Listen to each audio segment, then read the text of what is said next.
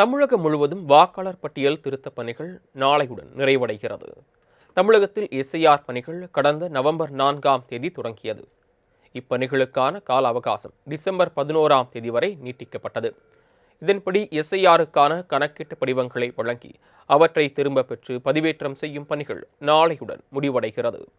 கடந்த 1ஆம் தேதி நிலவரப்படி இறந்த வாக்காளர்களின் பெயர்கள் 25 லட்சம் இருப்பதும் 40 லட்சம் பேர் நிரந்தரமாக வேறு இடங்களுக்கு குடிபெயர்ந்து விட்டதும் தெரிய வந்துள்ளது.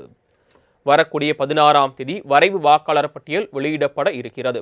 இந்திய பட்டியலில் பெயர் சேர்க்கப்படவில்லை என்றால் 16ஆம் தேதியிலிருந்து ஜனவரி 15ஆம் தேதி வரை பெயர் சேர்க்க மற்றும் பல்வேறு திருத்தங்களை மேற்கொள்ள வாய்ப்பளிக்கப்படுகிறது. இந்த ஒரு மாத காலகட்டத்தில் சிறப்பு முகாம்கள் நடத்தப்படுமா என்பதை விரைவில் தேர்தல் கமிஷன் அறிவிக்கும் என எதிர்பார்க்கப்படுகிறது. இந்த காலகட்டத்தில் பெறப்பட்ட விண்ணப்பங்களை ஒருங்கிணைத்து வரக்கூடிய பிப்ரவரி 14ஆம் தேதி இறுதி வாக்காளர் பட்டியல் வெளியிடப்படும்.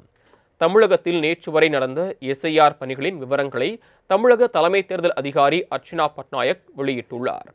அதில் 9ஆம் தேதி வரை 6,40,84,624 படிவங்கள் வாக்காளர்களுக்கு வழங்கப்பட்டு விட்டது என்றும் அவற்றில் 6,38,25,877 படிவங்கள் அதாவது 99.55% பதிவேற்றம் செய்யப்பட்டிருப்பதாகவும் குறிப்பிடப்பட்டுள்ளது.